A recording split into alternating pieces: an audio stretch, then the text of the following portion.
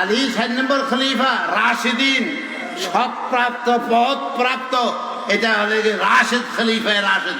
এই খলিফায়ে রাশেদ যিনি, তাকে মুয়াবিয়া তাকে করে নাই, মানে নাই, তার বায়াত গ্রহণ করে নাই। কিতাবের নাম শুনুন, কিতাবের নাম ইসাবা ফি আহওয়ালিস সাহাবা। এটা কত ইয়ের মধ্যে, হ্যাঁ, হাজরতে ইবনে হাজার আসকালানি কিতাব দেখেন।